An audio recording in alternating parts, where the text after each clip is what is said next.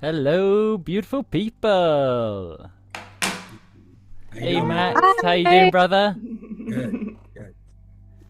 Hello, everyone. Nafeza, how you doing? Jeanette, lovely to see you there. Thank you. Hey there, Danny, how you doing, brother? Hey, yeah, good, thank you. Great to have you with us. So happy Danny. to see you. Oh, some more people coming in. Joanna. We've got Amy. Welcome, Amy. We've got Chell. Hello, Chell. Hello. Hello. Merith. Oh, she's just joining. Joanna, hey. Hello. I did your meditation again this morning. Thank you so much. Oh, you're so welcome. Oh, it's so celestial, so beautiful. Honestly, when it ended, I was like, oh no. Yeah, I will have to make a longer one. Yeah, do me a 15-minute one, please. Okay, I will. No problem. Hey, Merith. Hey, yo. Ah, lovely. Okay, we've got a nice group here so far. Chell, how you doing? I'm good, thank you. Lovely to have you with us. Thanks. Welcome. Okay, so let's kind of begin. I think there'll probably be a few people joining. Yeah, here we go. They're still coming, but we can have a little gentle chat between us.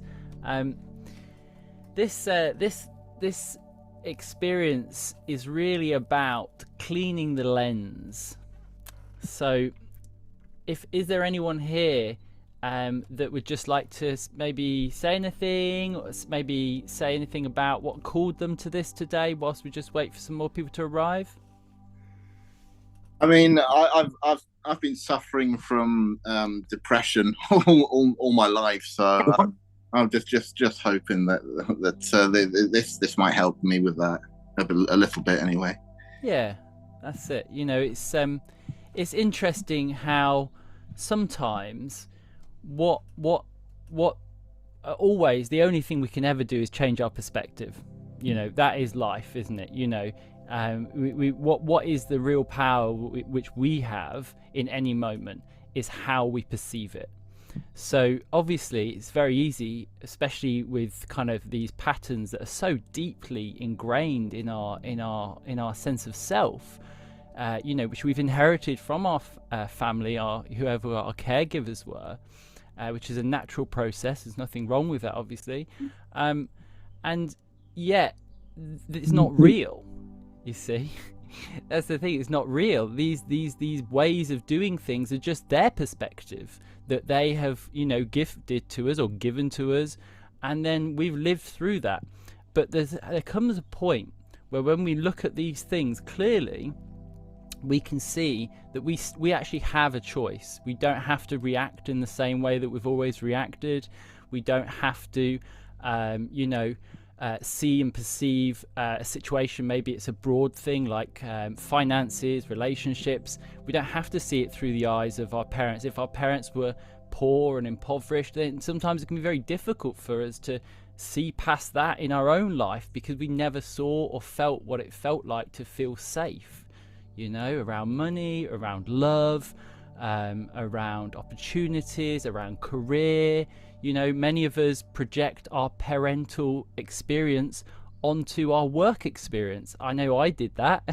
Every single job I got in, I'd just be like, I hate you, you know, and that's because I had so much pain around my childhood that it was sabotaging all of my work life experiences, because instead of seeing the person in front of me with all of their unique, beautiful, interesting, and sometimes maybe difficult you know, ways, I was actually seeing my father on their face, you know, and that wouldn't necessarily be conscious. Like, I wouldn't see my dad, but the way I would react would be as if my dad was the one shouting at me or saying something to me, you know, restricting me, stopping me from being who I want to be, who I felt like I should be, you know. So what happened was I've had two events. Sorry to interrupt. wondering if I have time to drive home or just stay put for the meditation. We're going to talk for about for maybe about 10 minutes, and then we'll start the breathing. So if you need to drive back in 10 minutes, if that's possible, go for it. If not, maybe park up and get comfortable.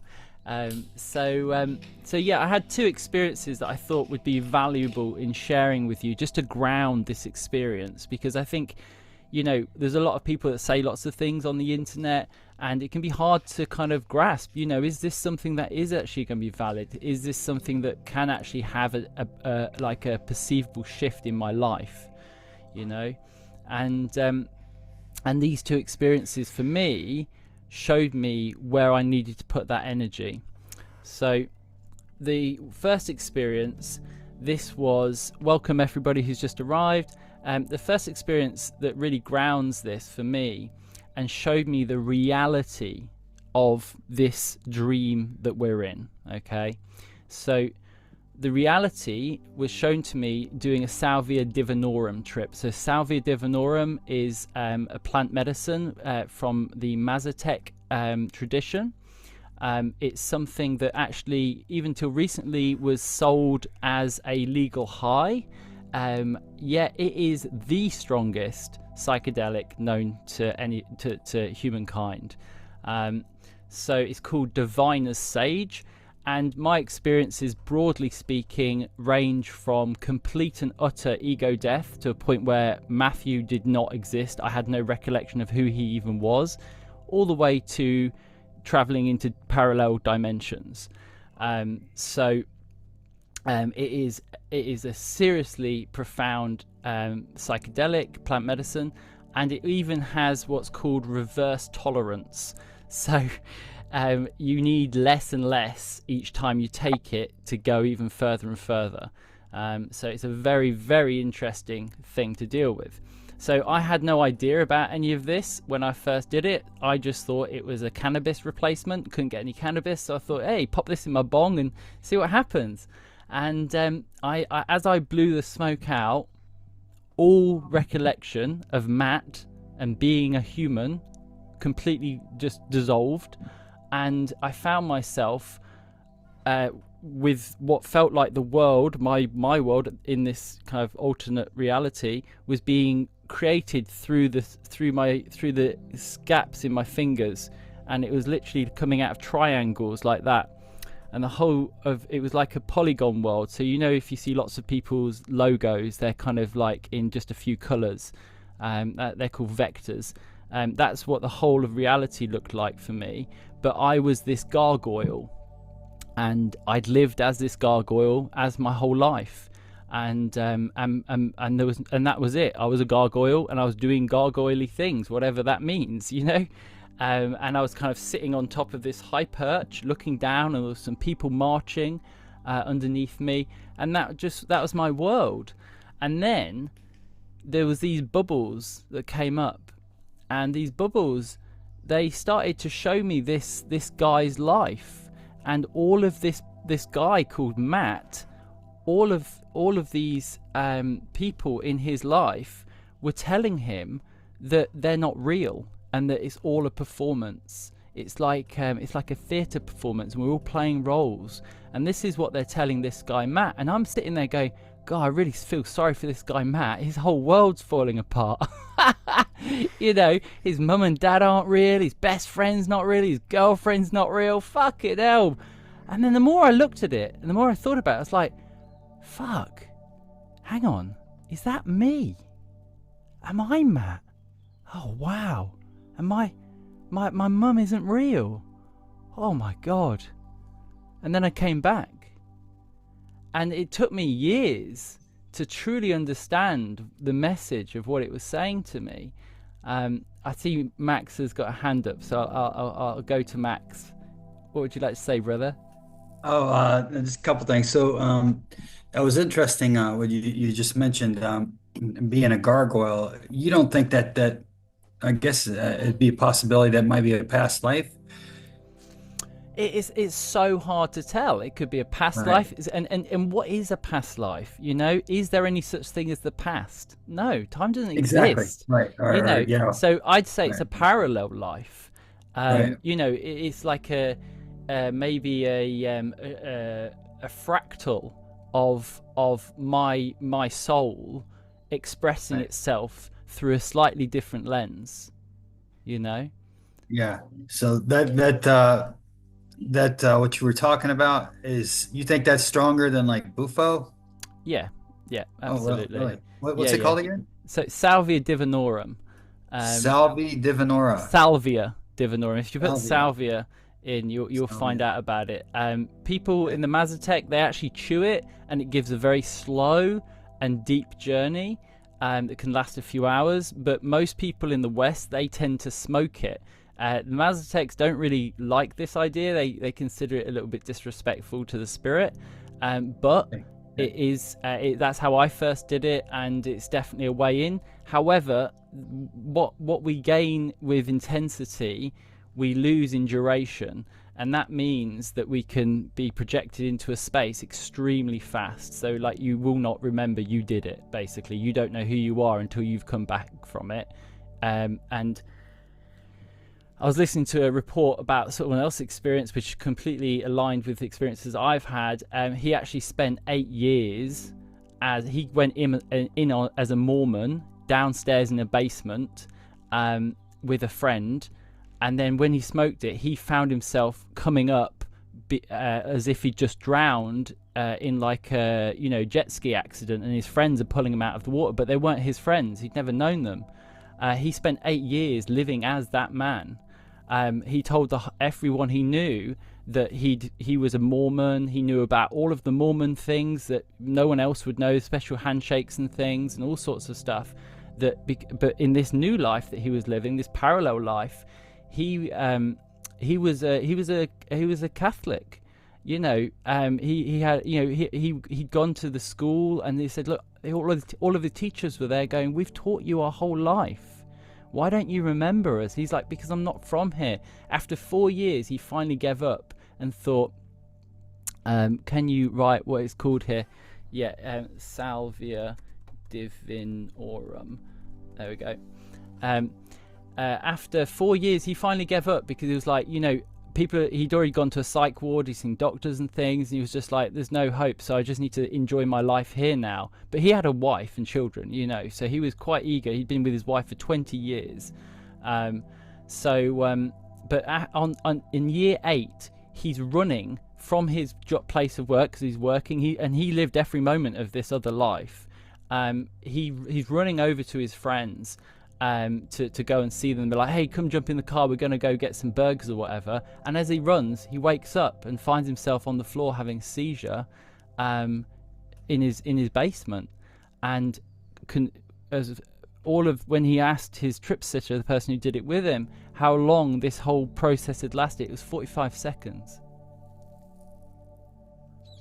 45 seconds was his experience? 45 seconds was the experience of this dimension, but he'd actually lived 8 whole years as a different person. Wow.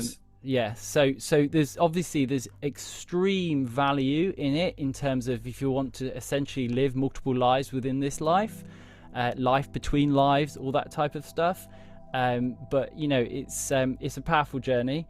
It's not what this whole thing's about, but I wanted to share that with you, because it can give us, when we have some of these journeys like this, and Salvia, one of the things it always does to nearly everybody who has a breakthrough, is it makes it abundantly clear that this is a dream, this is a performance, and now from that place of recognition, that's how we can regain our sovereignty, you see, because we realize that we're just a dream character here.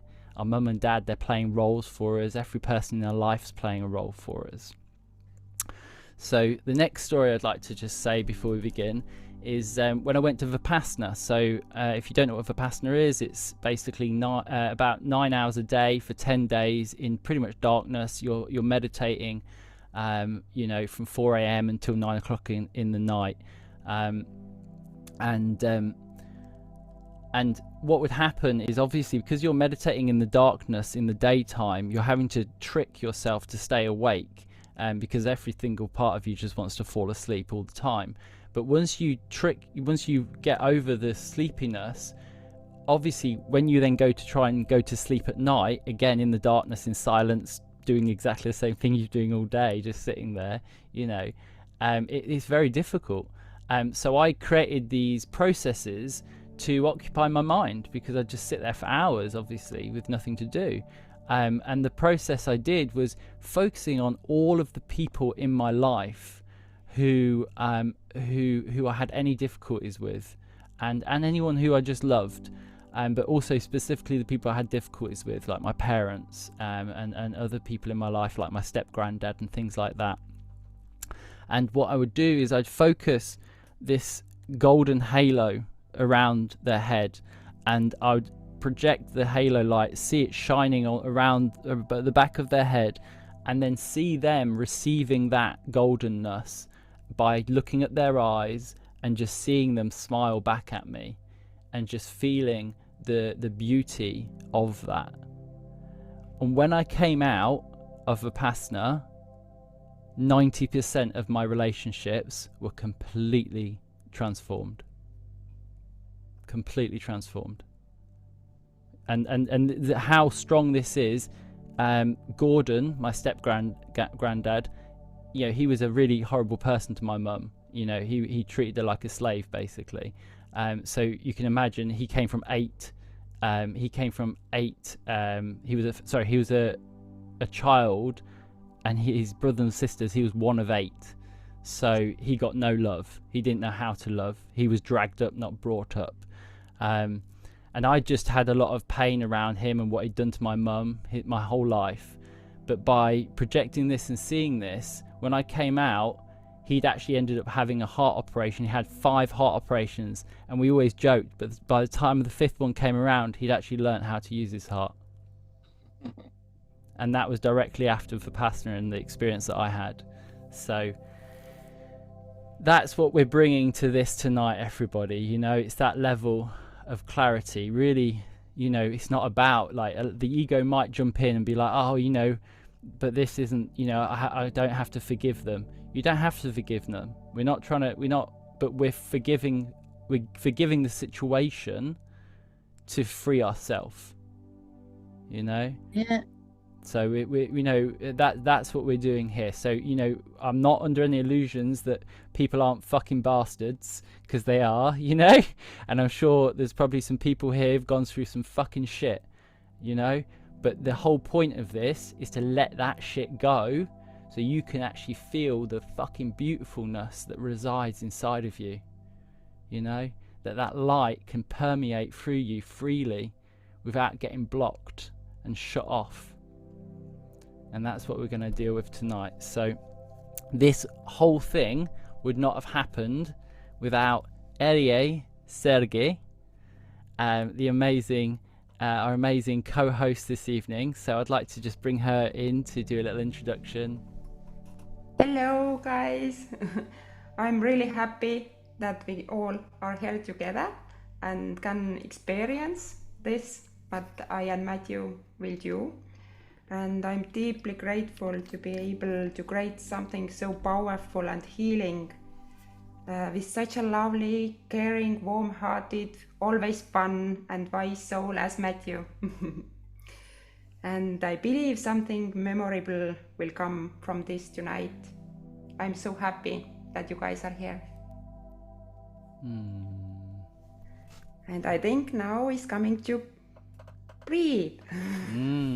Okay.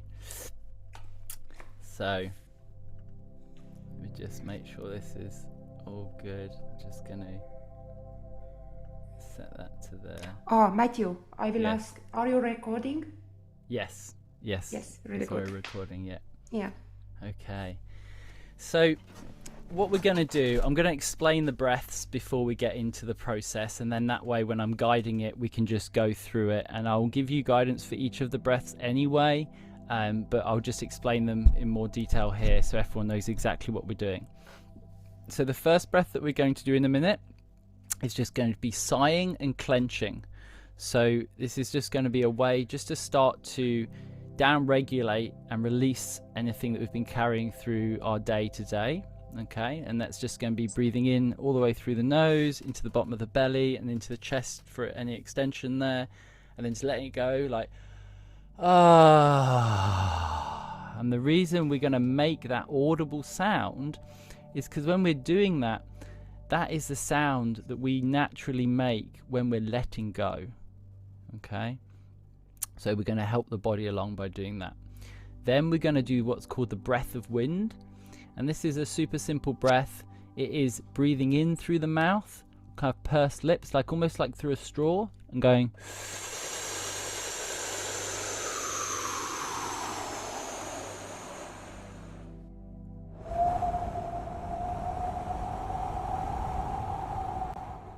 and the aim of the game with that one is to go as slow as you can. Okay, so obviously I'm going to be guiding it, but if you feel like you want to go slower, or if your body's naturally going faster, just follow your body, and it's just nice and slow in and out. Okay, we've got a hand. Yes, ask a question.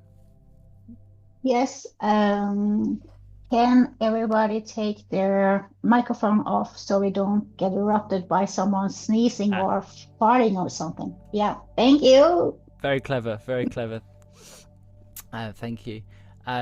So then we're going to do that, and then we're going to do the humming, and the humming's very simple. It is just and again, the whole point of all the breaths we're doing here is not trying to get to a specific end place.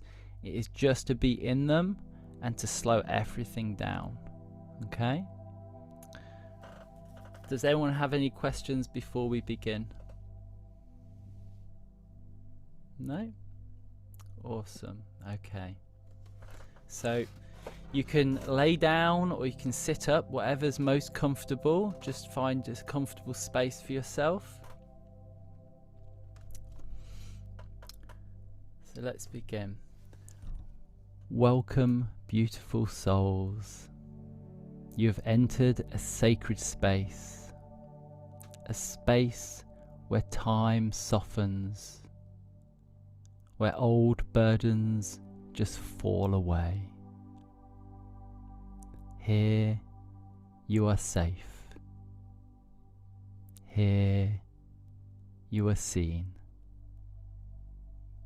Here you are held in the arms of pure love. Let this be your sanctuary. There's nothing you need to do, nothing you need to fix. Simply breathe, simply be.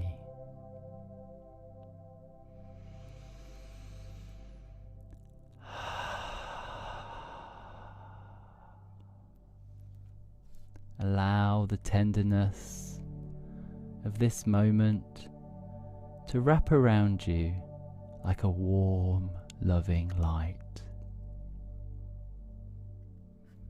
You are loved beyond measure. You've always been loved. So now let's just take a nice breath in through our nose into the bottom of our belly. And then when you're ready, just let it go with a nice audible sigh.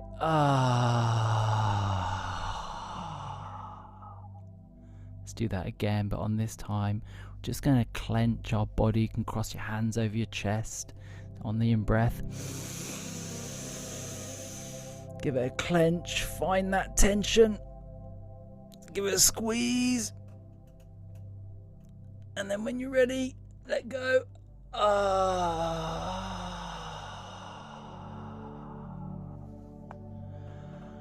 Beautiful. Let's do that a few more times. Deep breath in. Clench and find the tension in your body. Seek it out and squeeze it. And then when you're ready, release with an audible sigh.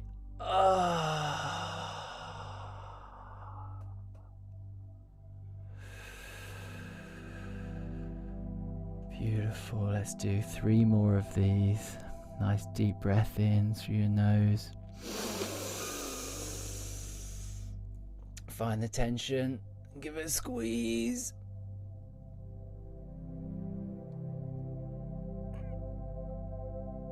And then let it go.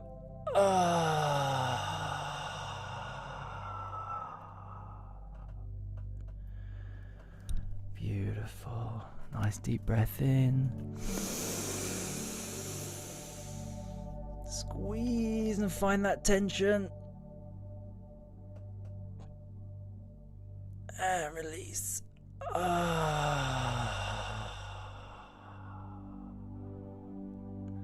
This is the last one of these, so really enjoy this one. Nice deep breath in. Squeeze, find the tension. Your last little bit you can find. And then let go when you're ready. Beautiful.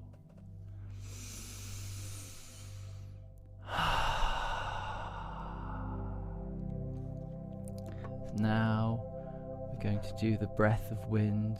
It's just breathing in through your mouth like you're breathing through a straw, nice and slow all the way in.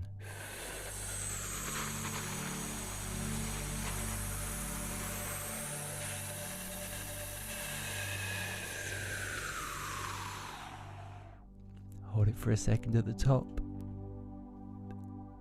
and then nice and gently out the same way.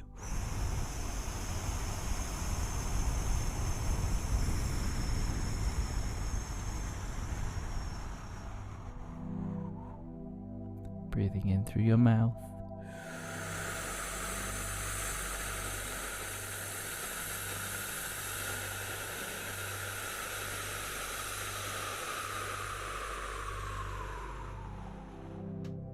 Hold it for a second. And then release it nice and gently.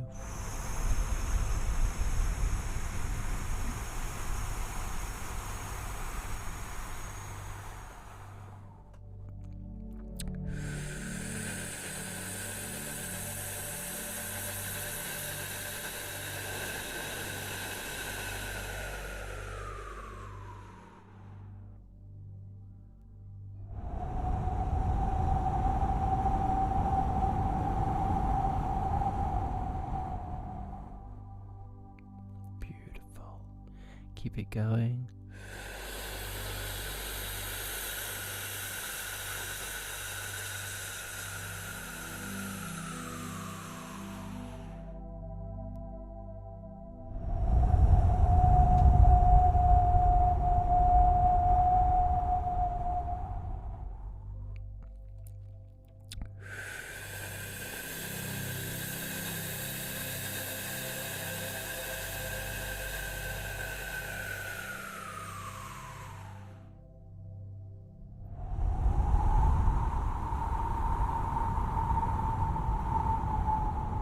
You're doing amazing. Keep on going.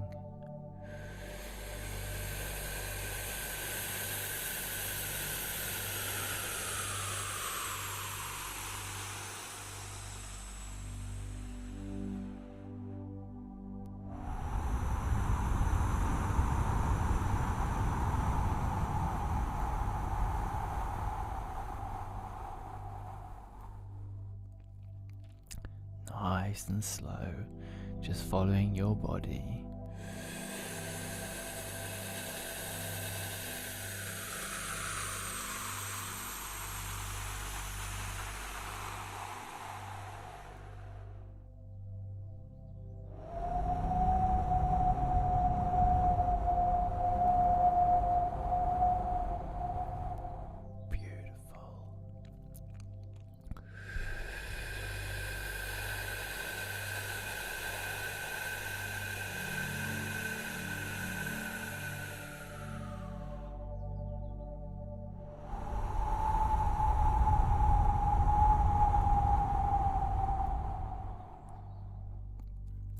Just gonna do a few more.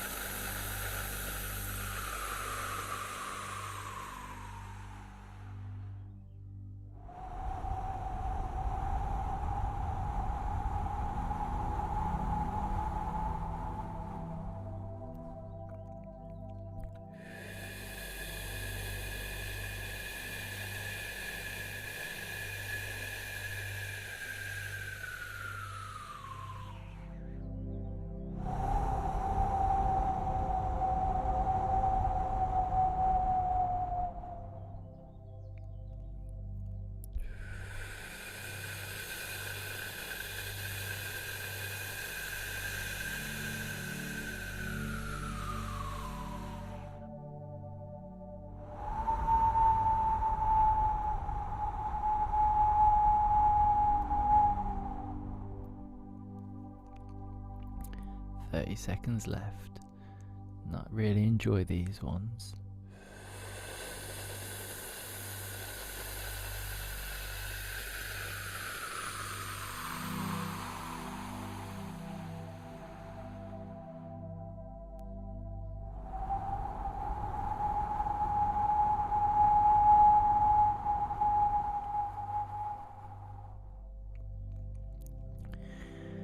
Beautiful. So now, keeping that depth, keeping your eyes closed, we're just going to do some nice gentle humming. Nice deep breath in, and then hum.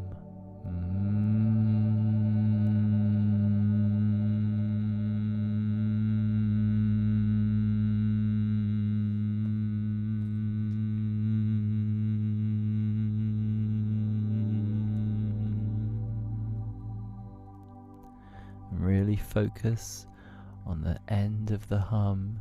Really go as far as you can go, even if it almost becomes silent.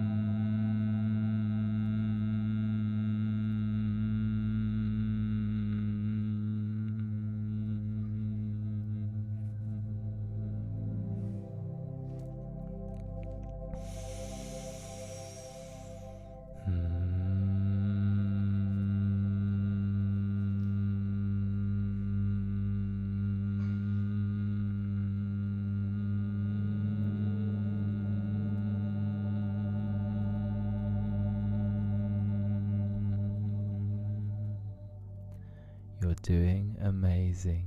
Keep going.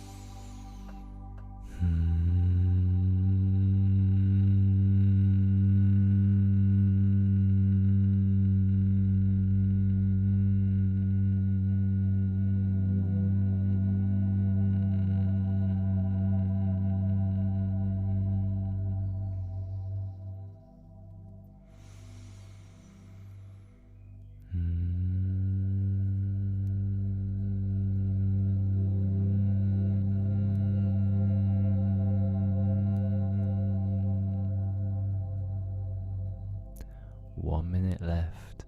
Really enjoy these last few hums.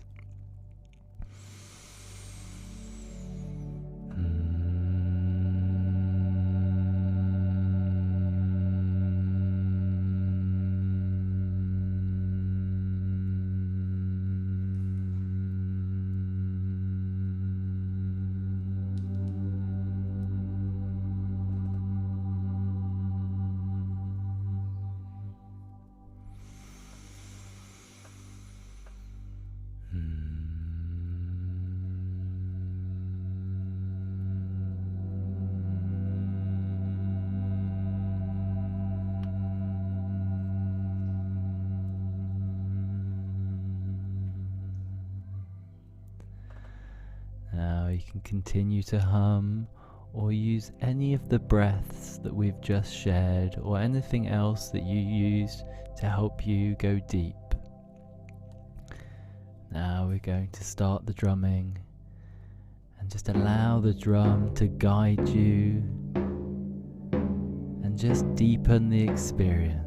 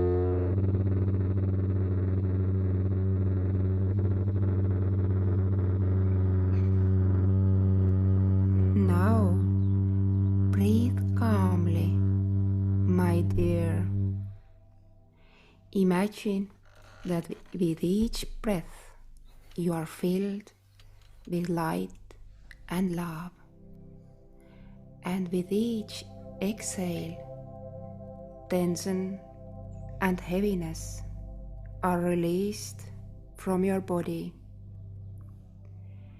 Breathe in and feel the warm light of love entering your body, flowing everywhere inside you. As you exhale, all the heaviness is released. Feel this shift, my dear soul.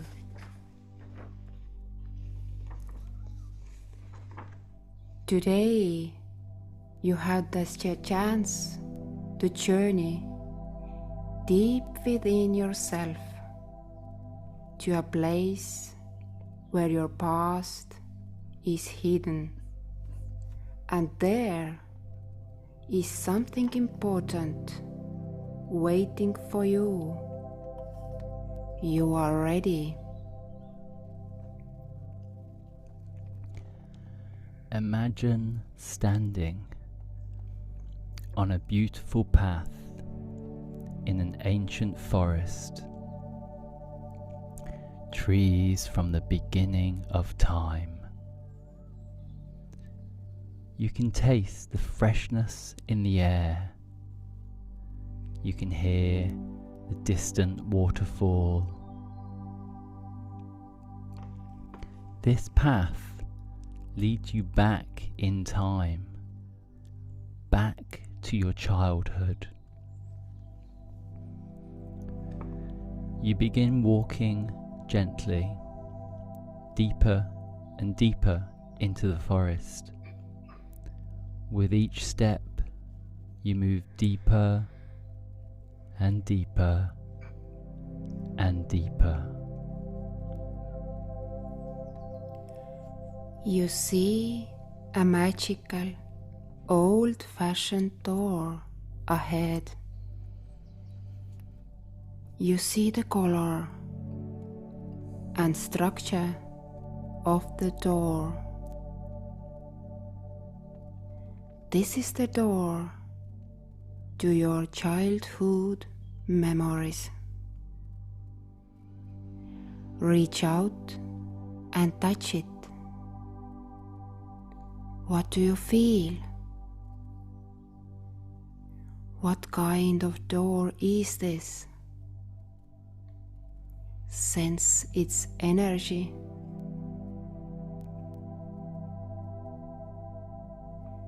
Now touch the handle. What does it look like?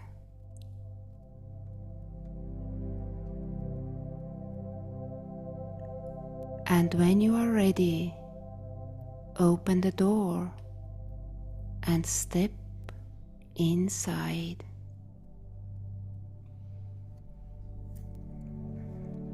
And there, in the room, you see a little child, a small, precious child.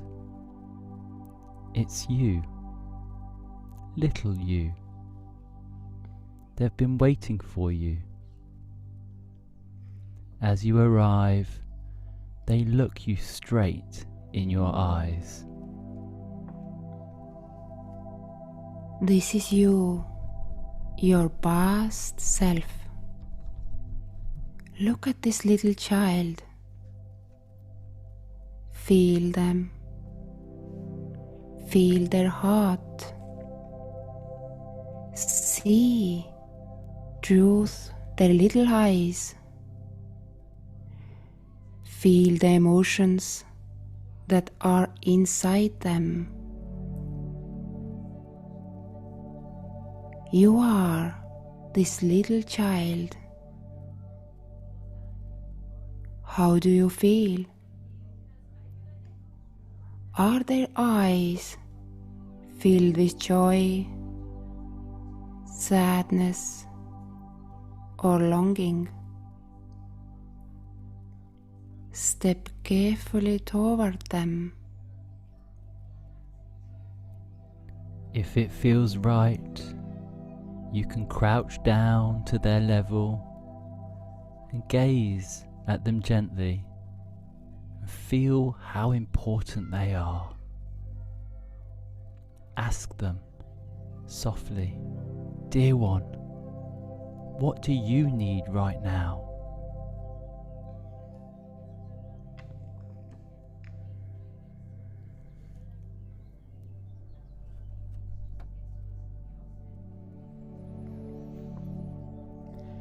Perhaps they just need a hug.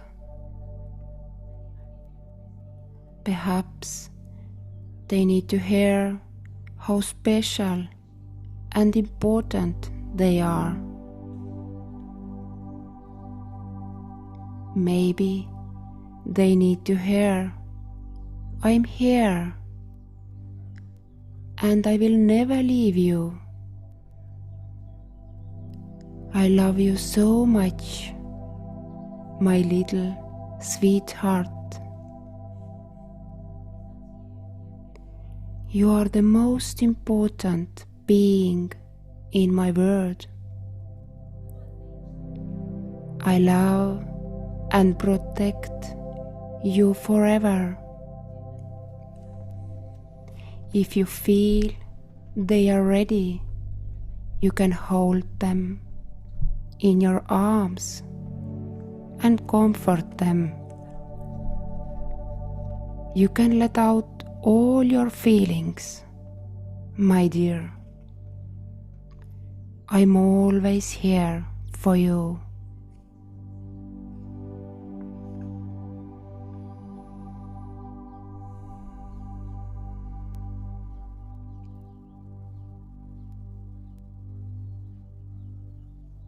Now, with a gentle breath, call forth the soul of your parents, their highest selves.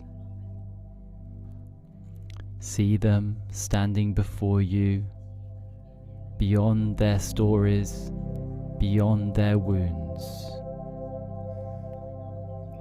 See them as pure light, pure being. You are meeting them now, soul to soul, heart to heart. Breathe softly and feel their presence. Feel their essence.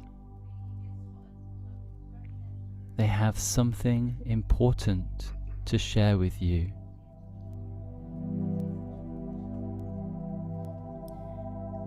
Their eyes are soft. Their hearts are open. You are not speaking to the version of them shaped by pain. You are speaking to their original self, the part that has always loved you, even when they forgot how to show it.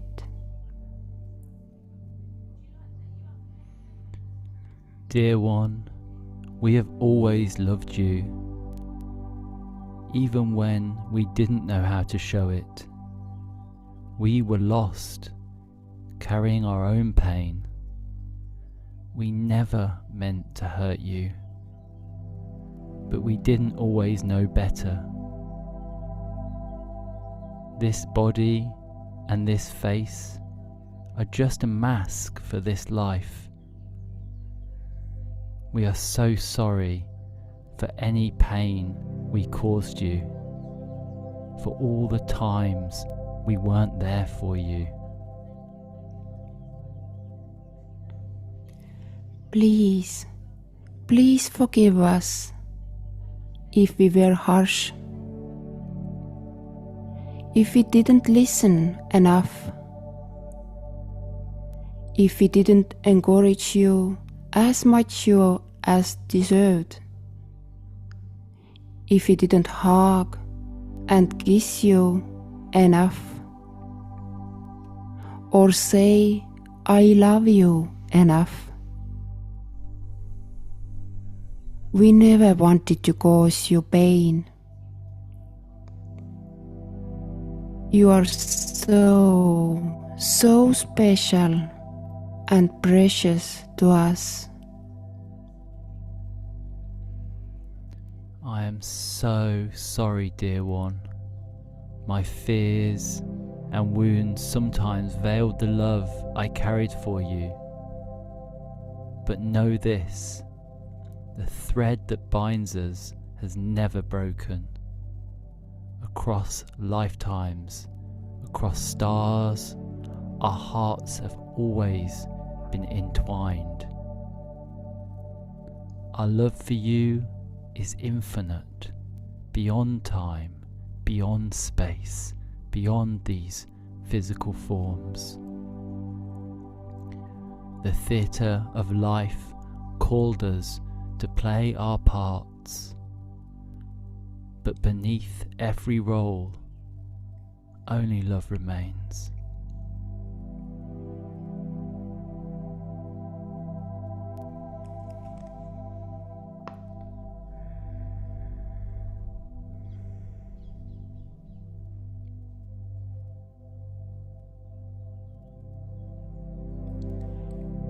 Now take a deep breath. Look beyond this moment. Imagine times shifting, unfolding before you. Now see your parents not as they are now, but as children, small, innocent, before life shaped them, before they carried their own wounds. See their little faces, their curious eyes, their teeny hands. They too were once children, just like you. They once sought love, safety, and comfort. And just like you, they encountered pain, disappointment, and struggle. This is the circle that has been passed down through generations. But now, in this moment, you have the power to break it, to free yourself, to free them. Look at their little faces, feel their innocence. Can you sense the moments where they too longed for love, where they too needed to be held?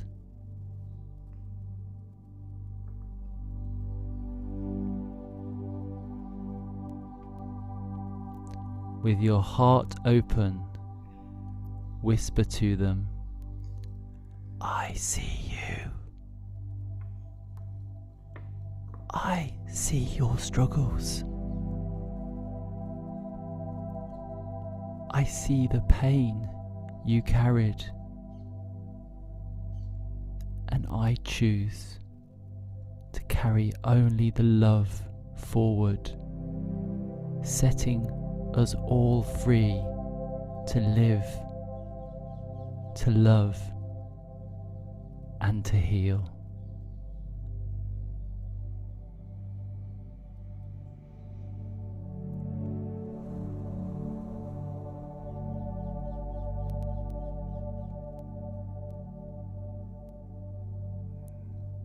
Now, gather all of this love, the love from your parents, your inner child, and yourself. Hold it close. Let it fill you.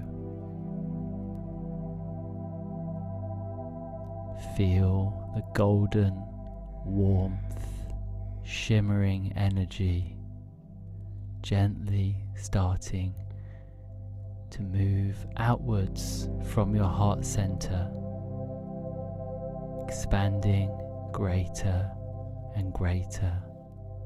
Allow a gentle smile to come to your face if it feels nice, and let the gentle warmth just ripple through your being. You get to choose how you feel. You're in control.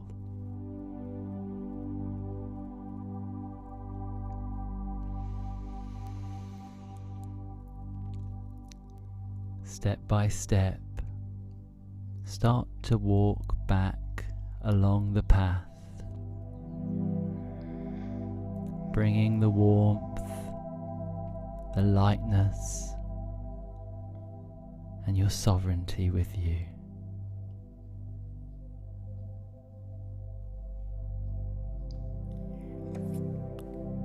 Feel your body awakening to the present moment. Feel your breath, your fingers, your toes. The love you gathered is with you now. It is yours to keep.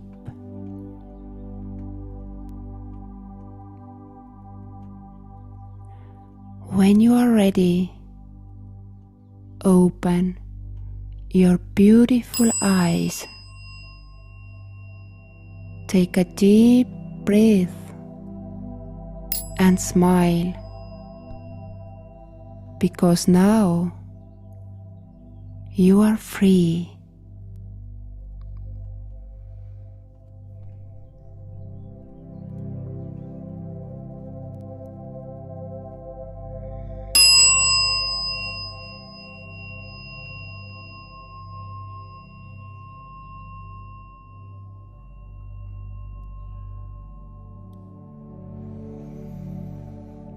If you feel like just staying exactly where you are, that is also fine. Be with wherever you need to be.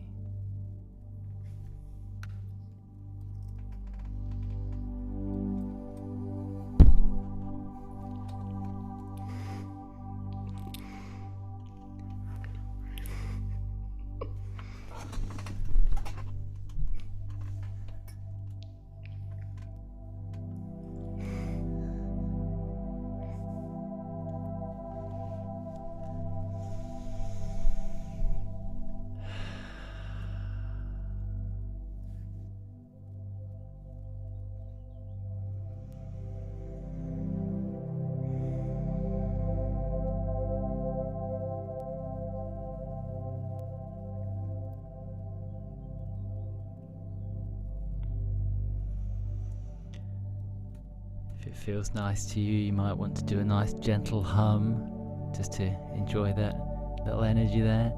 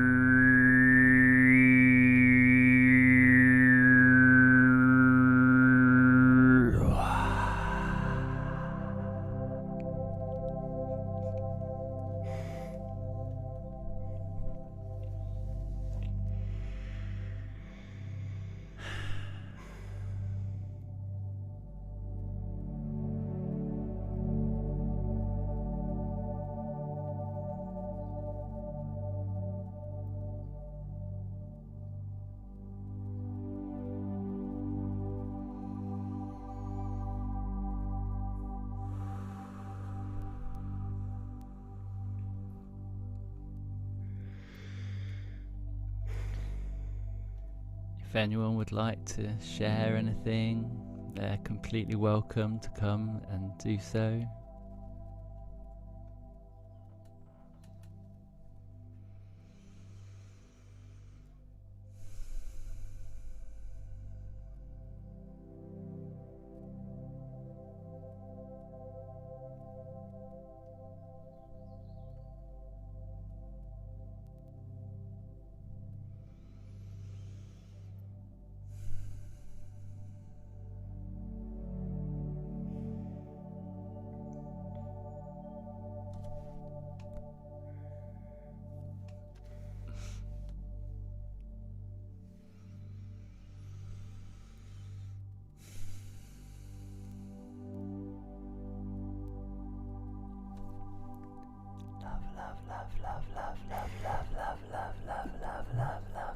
You are loved.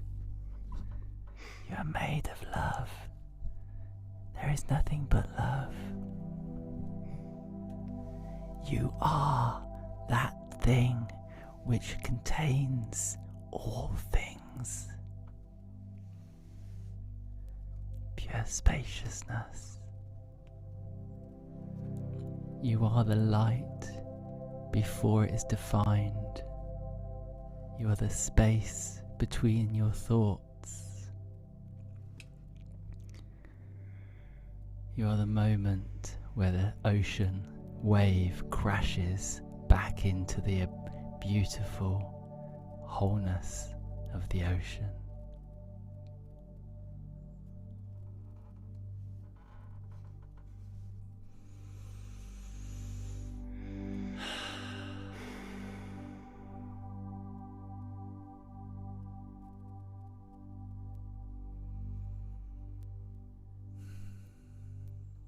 I have a question for anyone here, and the question is, can you feel the fucking love, guys?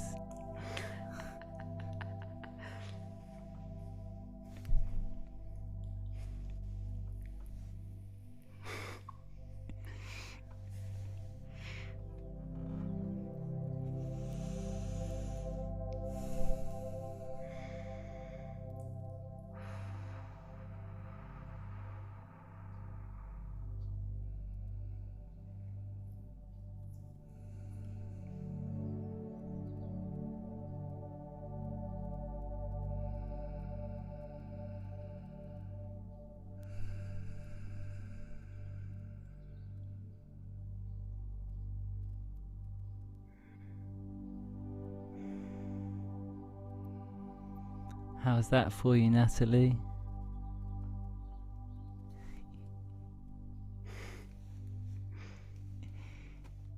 Feel free to So talk. beautiful. So Yay. beautiful.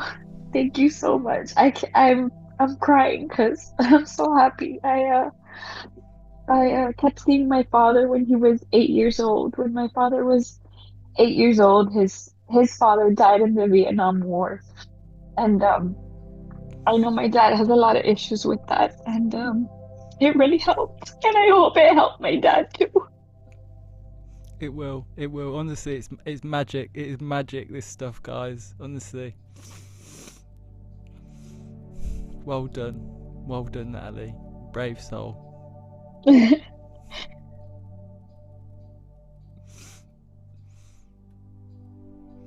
Anyone else like to share anything?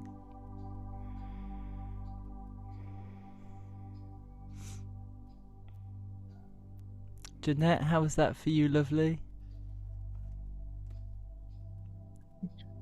Yeah, I like it very much. The drum, everything was black and blue, and yeah, the changing of the energy.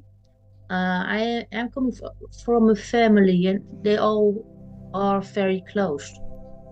So I always heard from my friends. I'm Dutch. I always heard of my friends. Yes, you have a very close family, but we don't have all. So I thought I want to go to this one because I always can learn something about it. And yeah, it was very warm, and the changing of the energy, the drum, everything was black, and there happened there was happening very much in the same time. Things were away of the body, I think. Things were away from the body, and you started about past lives. I have seen much past lives of myself in one evening. I all see. I was.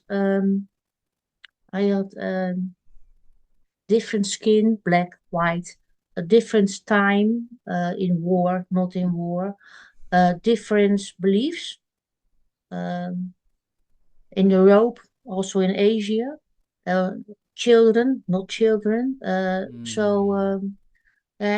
And not only I saw my past life, but there was a woman also in the same room. I gave her a healing, and she saying this she saw the same like me. Also, all my past lives. It was very very wondering. Yeah, yes, it was very nice. But I like the energy of you and of Idri, also very nice. Yeah, I Thank like it you. very much. Thank you you very so much. Yeah, You're so welcome. You're so welcome. thank you. Nafeza, how you doing in there, lovely? You okay? I'm okay. I think I fell asleep. Well, that's obviously what you needed. Lovely. Mary? Yeah, once the drumming happened, it was like... I was meant to do a bell in between the drumming and didgeridoo and the meditation, but I totally forgot because I thought we might send some people off, you know? Ah, lovely. Meredith, how you doing? How's that for you? Thank you so much, both of you. It was, yeah, super pleasant for me. And I was a little bit back and in of concentrating. But to my surprise, I was back to the door. I was with Linda in the hypnosis. So it's the same door. And when I had a hypnosis with her, I can't remember if I went through the door like I did this time. So that was super interesting. And there was a little child sitting at a round table and playing with small figures with dragons. And I attacked myself at one part and flew away on a dragon. So that was kind of interesting. The child me flew away and came back again and became a new baby, a cartoon baby. Yeah, so it's a lot going on, and I didn't even concentrate. So just like, what? And just, yeah, being in a cartoon, thank you. And just going around talking to the dragons and baby me. And yeah, I really enjoyed that. Yeah, thank you. Oh, thank you. I love your dragon journey. That's amazing. I know, me too. That's so much fun. And the cartoony nature of it is interesting because that's very salvia. So interesting. We started talking about salvia today. I've been looking after a salvia plant for about 2 years now. And I think it by the sounds of it, it definitely came in, and its spirit was here with us. So that's beautiful to hear. That's really cool. Yeah, I checked it up on my phone as well. But in Norway, everything is illegal, so it's kind of like you can't even breed sometimes. So yeah, probably a little bit hard to find, but still, I will look. Maybe some people. Whereabouts in the world are you? Norway. Norway. Oh, okay. Yeah. Yeah. Okay. Yeah. Okay. Yeah. I'm exactly. very sorry. Thank you. Yeah. It's yeah. Just do some other stuff, I guess. Yeah. But thank you. It comes to you when it's meant to. It's certainly not for everyone. And I certainly wouldn't want to portray that it is. So obviously if it's ready, you'll find it. It comes to you, I'm sure. Cool. Thank you. I know. And thank you so much, yeah. Oh, you're so welcome. Joanna, how you doing, lovely? Thank you. It was so beautiful, and I felt so much love towards myself, towards my parents, and I was playing with them when they were children. We were just dancing around, and I had very, very happy and loving childhood, and I have always felt very supported by them and very loved by them. So I've been very lucky. And yeah, building that relationship until now. So we keep on being playful when we are together. We are having a great time always. What a lovely little blueprint you've got working there. That's lovely. That's lovely. Yeah, it was very loving and warm experience. So thank you very much. Thank you. Chell, would you like to say anything?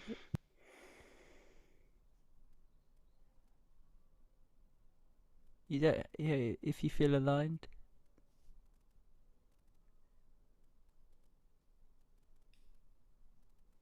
Thank you. I'm a bit sleepy. It's 4 a.m. So. Oh, well, bless you for coming and joining us. It's okay. That is yeah, dedication. That is dedication. Wow. Well, I was up doing my 5 minutes. I've just started. I'm only a couple of days in, so I'm just starting to do like my 5 minute early morning meditation. So it was good timing. Yeah, yes. Lovely. Oh, well, thank you. No worries. Thanks heaps, guys. Who else we got here? Max, how you doing, brother? How was that for you? Oh, you got to do your mic. Oh, we can't hear you, Max. Sorry. Sorry. I said it was good. I think you guys nailed it pretty well. I started off on the kitchen or my dining room table, and I noticed when the drumming started, I did doze off and my chin hit my chest like 3 times, and that's odd for me. I usually don't sleep in the afternoon or nap, and I was like, oh, it's time to hit the couch. So here I am on the recliner, and yeah, I got a lot of warm sensations, and I was visioning my mom as a higher being, and actually some kind of communication before I was born on this timeline. I've just kind of been like, my topic that recently has been like, how did I ever, because they say like when you're reincarnated, you actually choose your parents, and I was actually wondering about that. Like the whole month, I've been wondering about like why I chose my parents and my family, just because they're a little different than I am, and as far as our belief systems, and I was feeling a warm sensation, like I was communicating with my mom's higher self, and getting a warm tingling sensation that we did have some kind of communication, but it wasn't totally clear with me. But there, I felt a lot of love coming from both her and my father, and I've actually been having dreams of both of them this month, and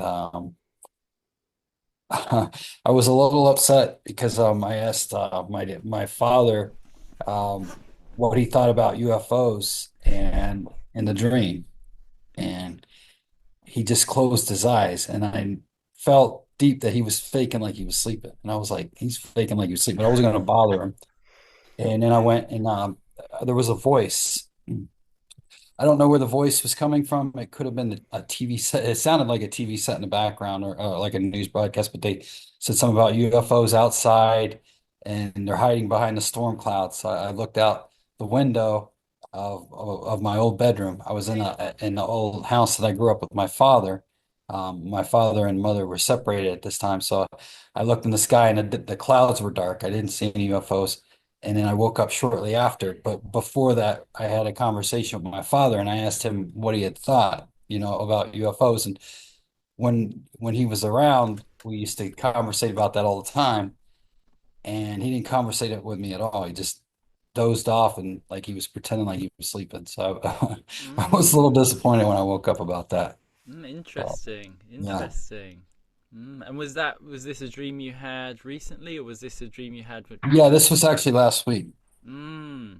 It was I didn't post it or anything. It was just a dream. It wasn't lucid or anything, but it was similar to a lucid dream that I did have, again, where I was trying to get information with a kid that I grew up who also passed away at the age like right around 46 or 47.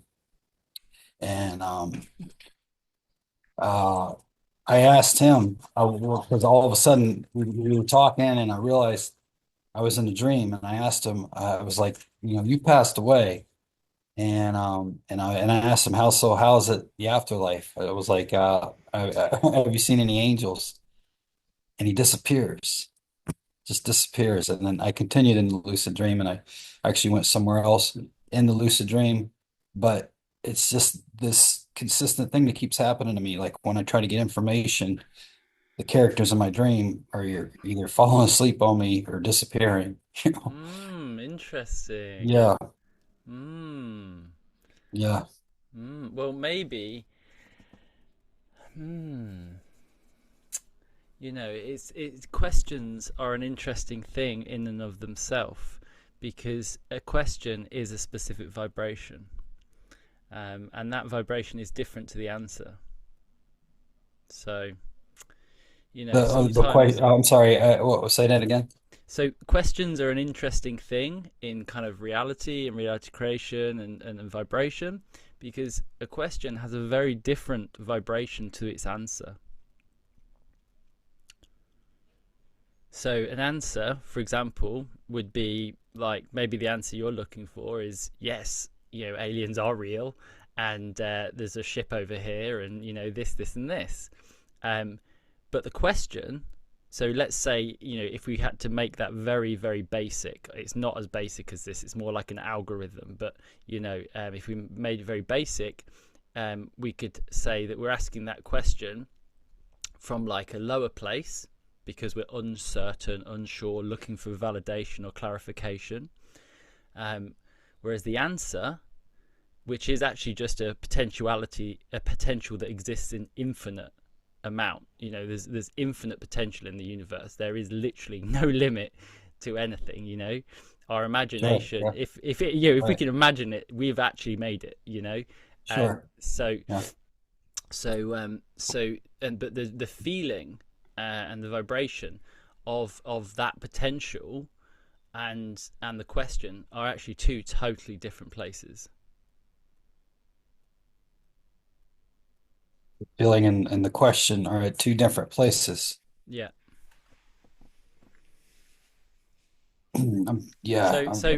Beckwith, Michael Beckwith, many people, I don't know if you've heard of him, but he's a bit of a spiritual kind of teacher. And one of his kind of teachings is that when we change the question, we get a different answer. So change the question, right? You see, right? So because the question in and of itself is like projecting light, pure creation, through uncertainty. Some element of all questioning has an element of uncertainty to it. So whereas if we shift the question from maybe like what about aliens to, could you show me the alien ship? Could you take me to the ship? Right. Yeah, at the time, I was feeling like he just didn't. want to tell me, like maybe didn't feel like I was ready, or maybe I needed to be more insistent. I mean, I didn't want to bother him because I thought he was sleeping, my father. He might have also just been like off on his little journey doing something else, you know what I mean? Or meditating, maybe he was Yeah, yeah. meditating. Right, right. It's Yeah, I think I also that crossed my mind as well. Yeah. it's interesting, isn't it? We're like, hey, I'm here. Like, come be with me. Come chat with me. And it's Right. sometimes spirits can be like, hey, yeah, like fine, I've got a little bit of time, but I'm actually doing something else. Right. I mean, they've got their own little agenda going on as well. Obviously, all of this stuff changes depends on which lens we look at it through. From the human self, from the self that is, that considers itself to be Max. Max is a lens that you're looking through. And your dad and your mum is part of that lens. But you are the light that goes through the lens. You're not the lens. You see? So, obviously, different questions have different answers, and the way that we're considering ourself to be, our sense of self, changes our whole relationship to reality. That's why Neville Goddard, one of my favorite teachers, would say the world is you pushed out. So have you ever had an experience where you go, I fucking knew this was going to happen, I fucking knew it? Yeah, we've all had that experience. Because we fucking made it happen. Because our assumption was so strong that the light just funneled through that assumption, and then we walk into the assumption. We're literally walking into our thoughts, feelings, assumptions. Now, and obviously what most people do not talk about, and ranging from like Esther Hicks to Joe Dispenza, obviously he goes a bit more into it when you go on his like more advanced stuff, but on the surface level, most people don't make the distinction that this stuff is relevant to all dimensions. So if that's a dimension where you are, you've taken a psychedelic to get there, or you've done some, you've out of your body, having an out of body experience that you've done obviously through following Flow's guidance, or you're having a lucid dream. All of this stuff about how we perceive reality and what we actually get to experience is being funneled through that lens of self. So when we can shatter that sense of self and we get back to recognizing that we are the space between the thoughts, with a spaciousness that fills all space, that contains all things, then we can know the truth, and we realize that everything is impermanent. Everything we experience, all people, everything, all relationships, for example, I've actually been a toaster. I experienced and lived I think I remember you saying that. Yeah. That was Salve Divinorum again. And this is a common experience with salvia. Like, some people will spend, like, they experience years being a barn door, living a whole life, like 10 years as a barn door, the wind coming, the rain, day in, day out, and that's because all things are made of the one thing, and that is what we are. And as we are right now, we're focused through the lens of humanness. I'm focused through Matthew.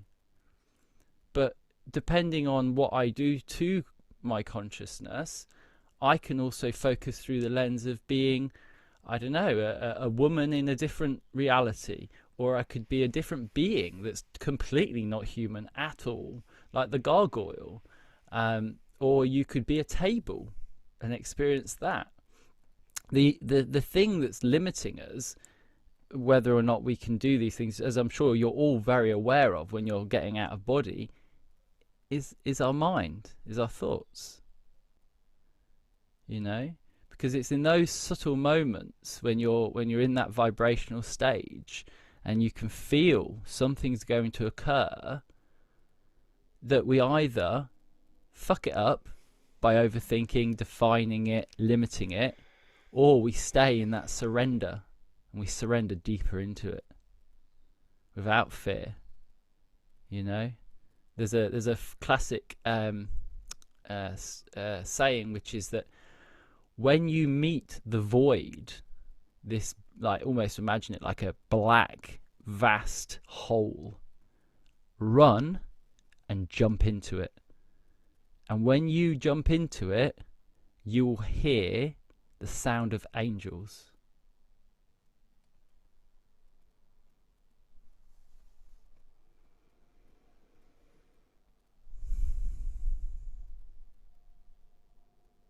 Sounds neat. Definitely worth trying, you know. Yeah, right, yeah. Mark, how you doing, Mark? I haven't spoke to you yet. How you doing, brother? Are you there?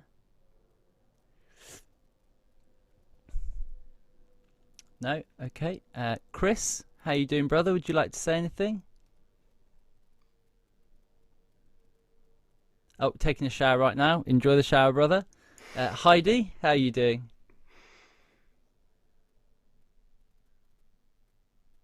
Okay. Well, Jeanette asked, what is the difference with ayahuasca?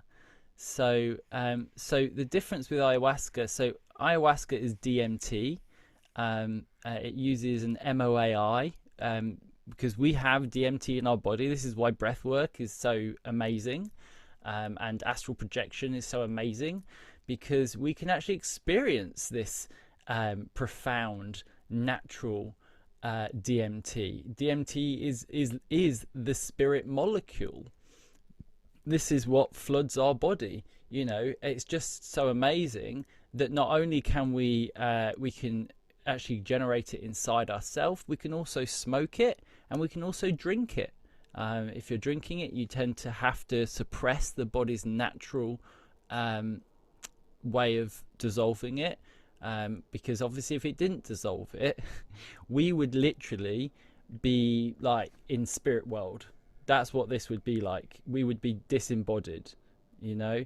Our reality would be very, very different. So to stop that happening, our body essentially, as soon as too much DMT in our system comes up, it will literally go at it and like nom, nom, nom, nom, and take it all away.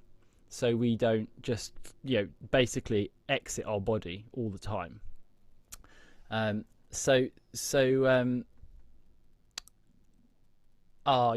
that's lovely, Heidi. Would you like to speak, Heidi? Would you like to share anything still?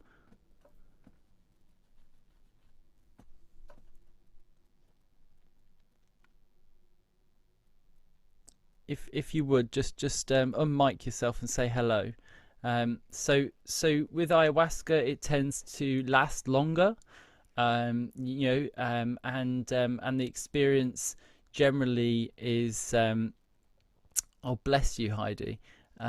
Yeah, the experience is generally can be very purgative, and it's quite a physical, enduring experience. It's very beautiful, but and it's a specific type of medicine. Salvia is somewhat different to that. You don't usually purge. Do you know which way visions are working? I get them awake. What do you mean by that, Jeanette? Do you want to clarify a little bit?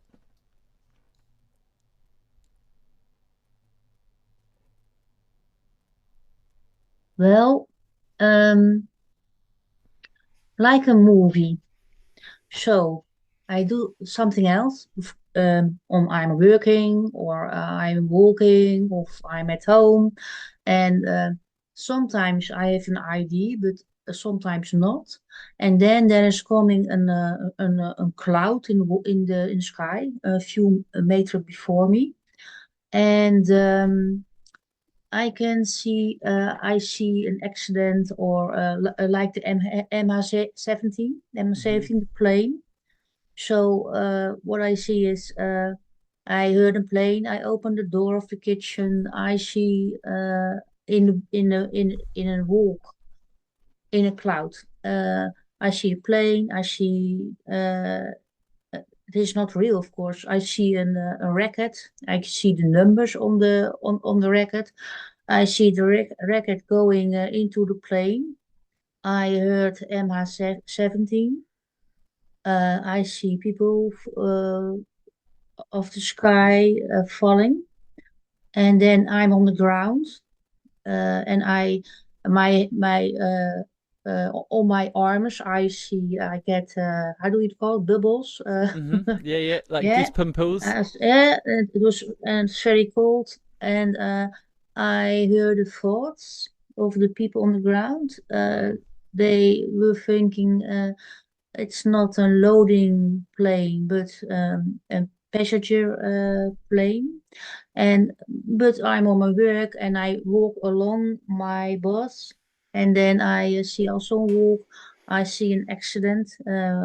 His car tolling before a tunnel, and I told one college, and then she asked me, when do you think it's happened? And I said, I think a Monday. And those Monday, nothing happened.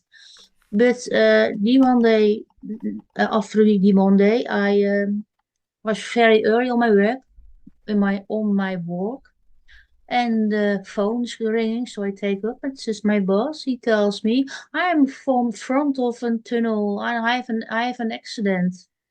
And I asked him because I saw it at the door of your car, out the car. He said, yes, yes, it's out the car.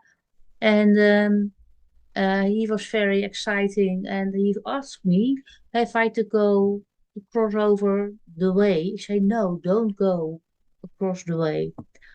And I'm driving in a car. Someone is driving, and I say to something, go to the left, go to the left, to the other side of the road. Yes, but why? Why? Because I see fire. I see fire. And then we passed in a very Esso truck in fire. Wow. Yeah, but my question was, there are two ways. One, I cannot control it because I'm walking. And I thought maybe I do it by myself because I believe bewustzijn, I don't know the word in English, concession is going out the body. I can take information of a very long distance away of the sky or other side of the world. And I think I get the information and it's coming in a movie for me. That's the not control way. And the control way, the not control way is always happening 100%. It is never not done, always. And the other way is I ask the question to myself, where's the next accident? Where's the next attack? Or there is war in Ukraine. What are going Russia to do? So and I get the information also, but I can't control it. But the other way, the walk, the movie. I'm standing in the movie. I can feel, hear, see. I can walk into the space. But the visions, the visions are coming to me. I don't have control. So my question was, I asked in England, in all countries, how can I control the visions? I don't know. I don't know if you know the answer. I very much don't know the answer, so I'm looking for a very long time for the answer. Well, it seems like you have an ability for sure. You know, you're tapping into potentials which seem to be, you know, being validated. So, you know, there's perhaps a calling, a soul's path here for you, you know, and maybe, you know, the question isn't, you know, how do I control them? Maybe the question is, you know, is there anything I can do to, you know, is there a reason for getting these? You know, what is the, you know, what do I have a purpose here through this?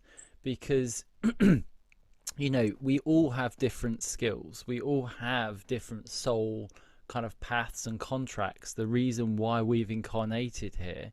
Some of us, it might just be because our soul needs to go round another time. We haven't actually, you know, we haven't cultivated enough awareness. But there's going to be souls, and especially in this group, you know, where it is more about, like, you know,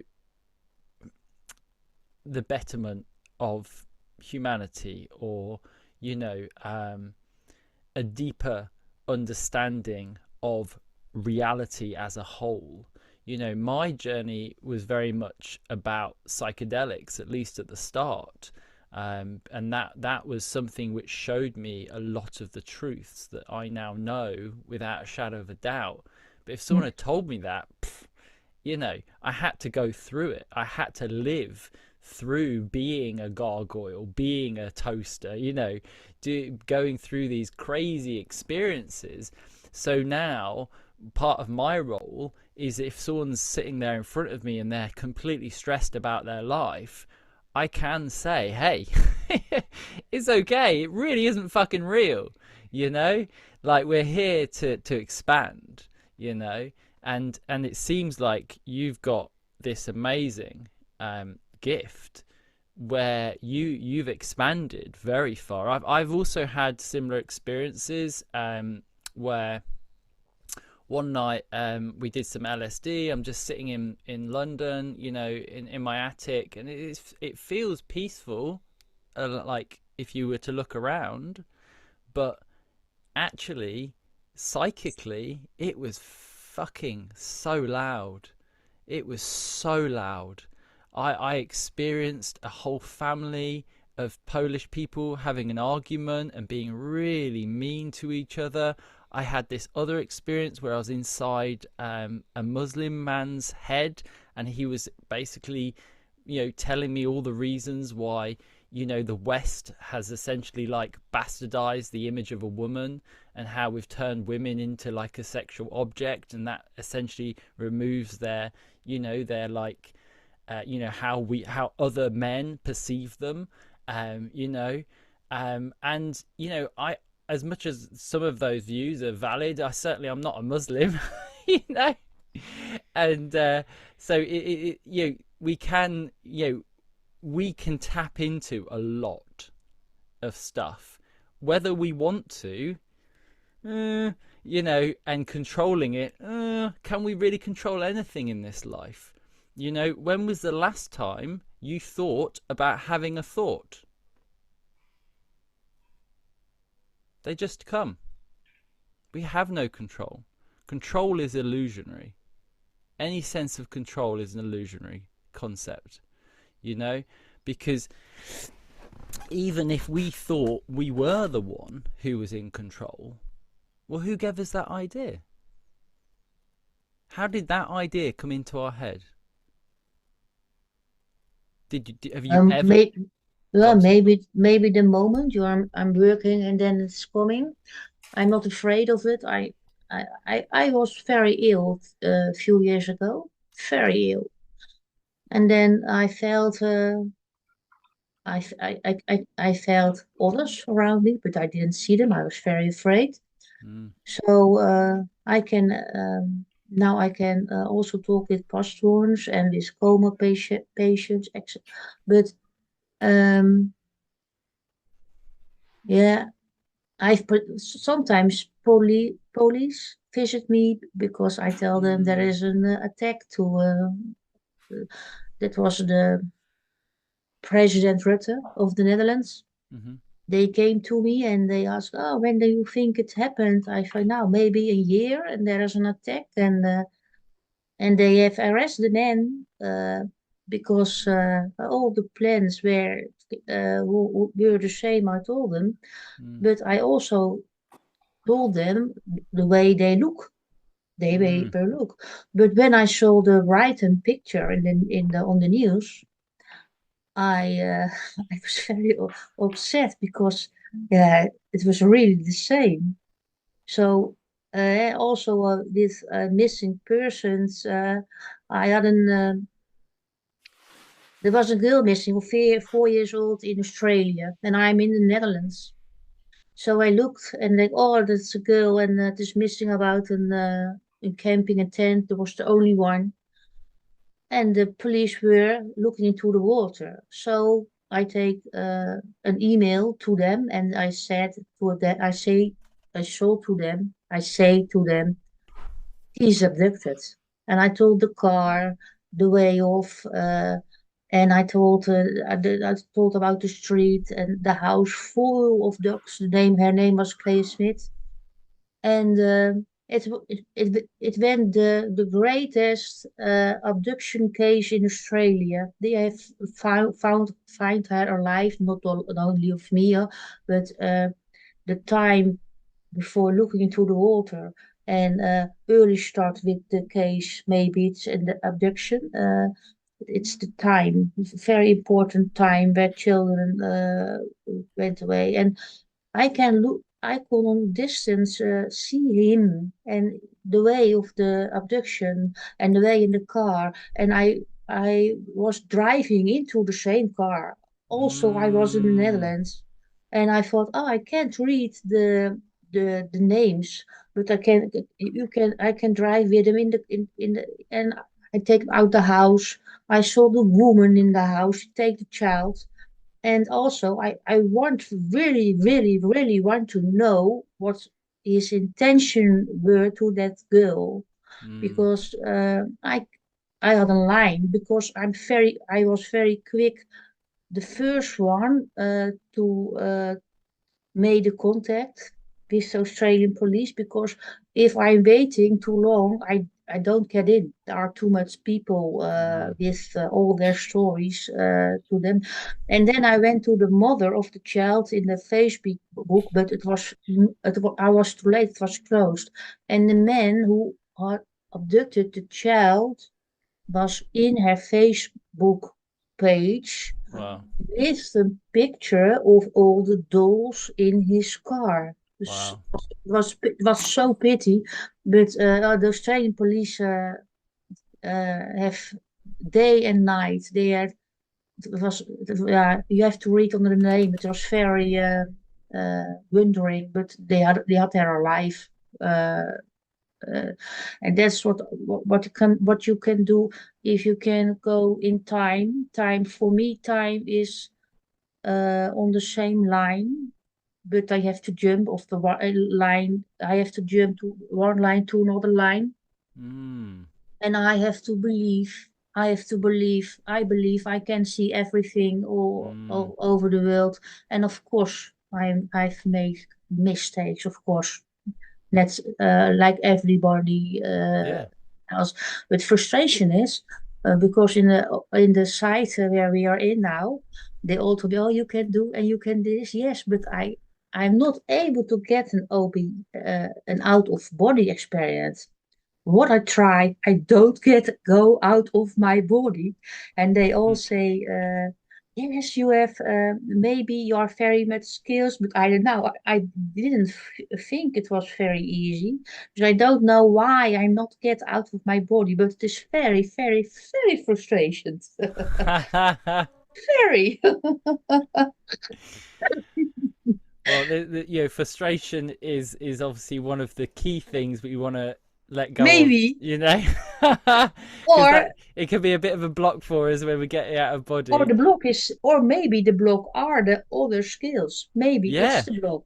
maybe It's maybe the block. maybe it's trying to show you, hey, Yeah, don't try so hard. We're giving it to you. It's I hope here. so. But what you've shared with me, it sounds like you're getting incredible detail. You're actually able to help people, and that's amazing. There's yeah, I think there's so many things now on Netflix and whatnot showing, how mediums and different people can track and trace, and it's showing us that time's not linear. Location is not real.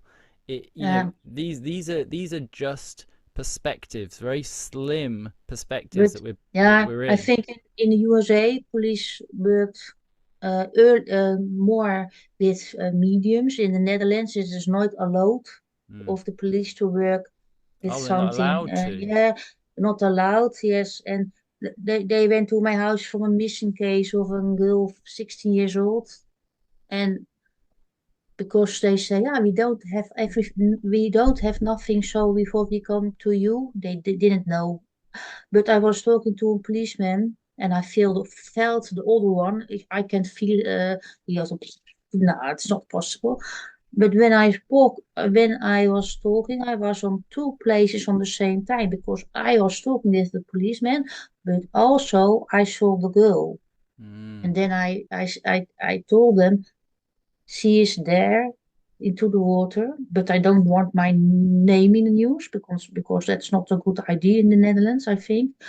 And he said we call to the place, and then we say a passant is finding the girl. So that's all right. That's all right. They have found there. Amazing. But sometimes they have arrested one, and I know there were 4 men, and sometimes they go away of it. The bad men, because if you are in news, it's also dangerous because if they know I gave information, it's not a very good idea to do. No. Yeah, I think keeping it on the low down is probably a good idea. For if that feels safe to you, then I think that's the right thing. And it's interesting when you said that when you were with the police officers that you could you were like in 2 places at the same time, and what that made me think of is what triggers that. And then I think, well, if we think about it, we're all like a solar system. We're all like our own little solar system. So we've got different themes circling around our field. So if this police officer has been looking for a long time for this person, and obviously they've got a lot of feeling around it, they really want to resolve it, all those types of things, and then they come into your field, it's like boom, now you can actually access all of that data. I understand, but it's called cold reading. What you are saying, you can get information about the field of someone. Also, if they are on TV, you can do it. Also, hidden information, buildings. But the policeman did not know the information yet. Yet he did not know where she was. So I told them it was very built. It were factories. And they are looking on Sunday. They came to my home at a Sunday, and I told them, go to that place, to all the factories, because I see a very, I don't know the word in English, a lodge, an empty building normally with job of factory. And then they found also into it.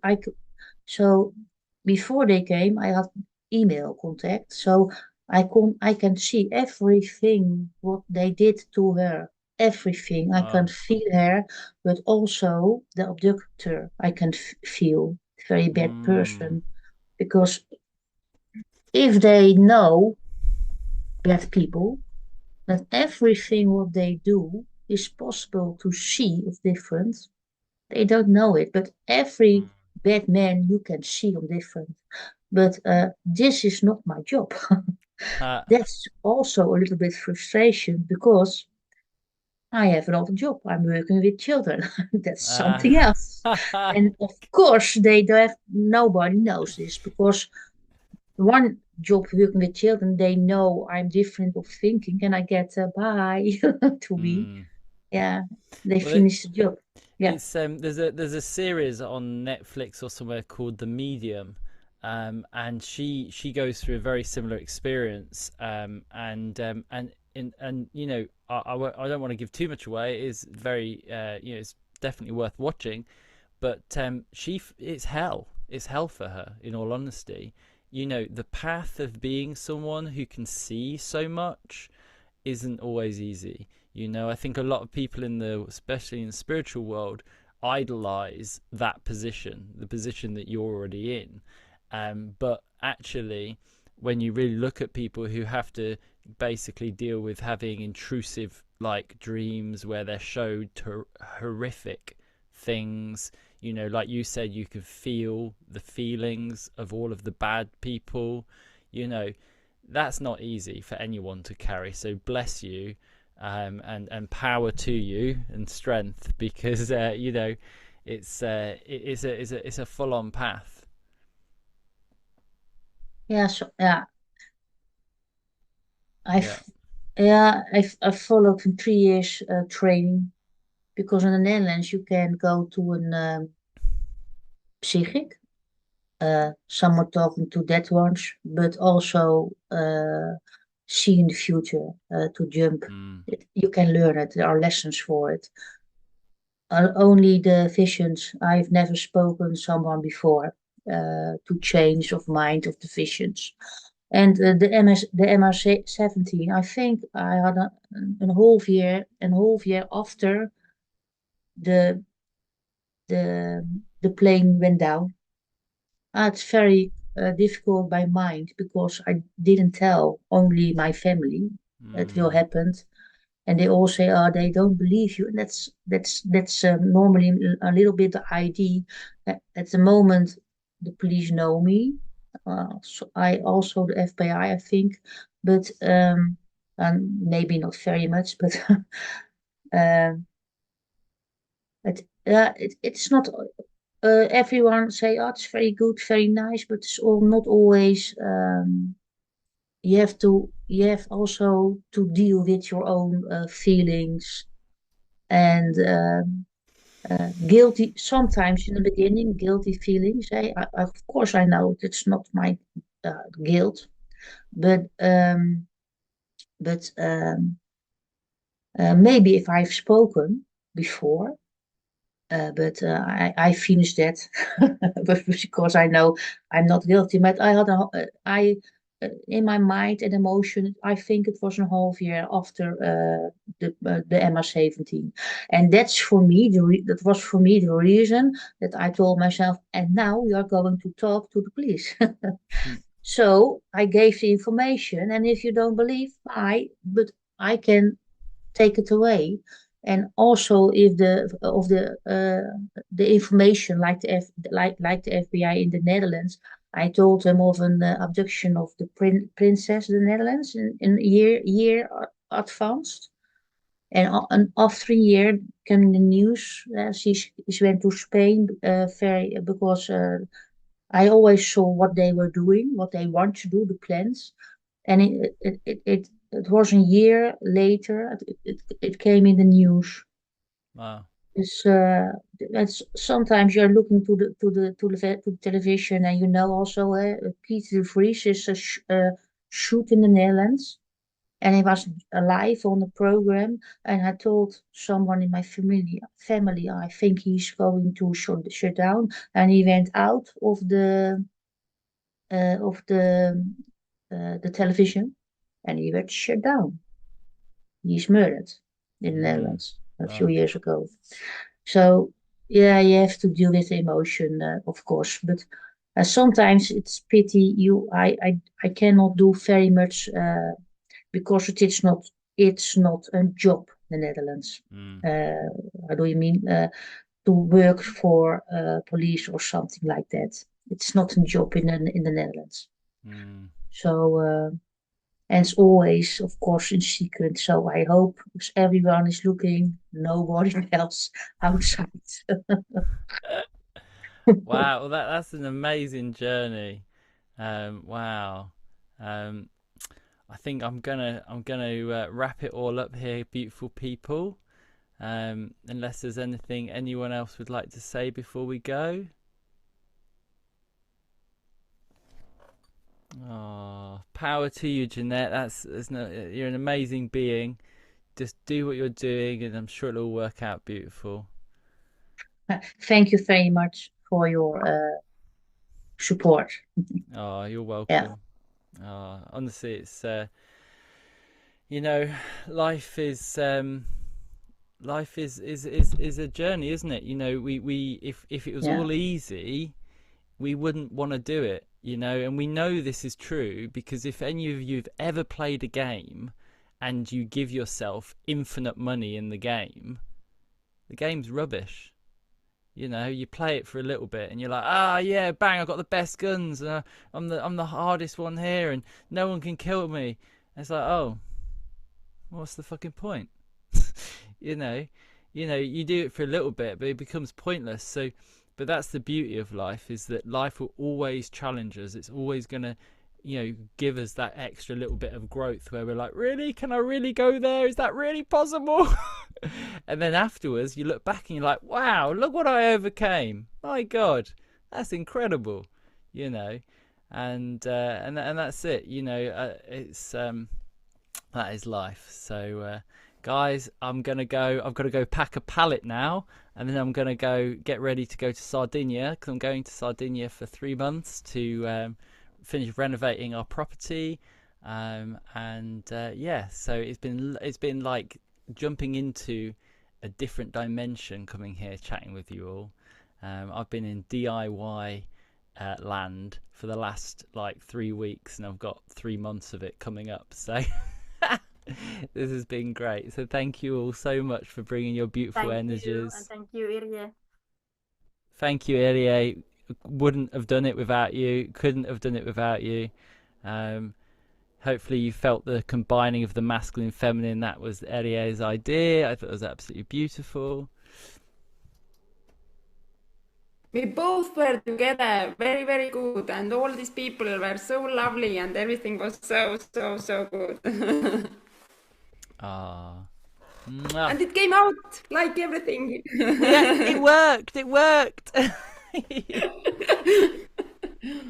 It was a technical achievement. We met twice, didn't we, to try and make it happen. We had 2 different helpers, and it worked. So really happy to have journeyed with you all. Absolute blessing. Thank you. Bye. Bye. Bye.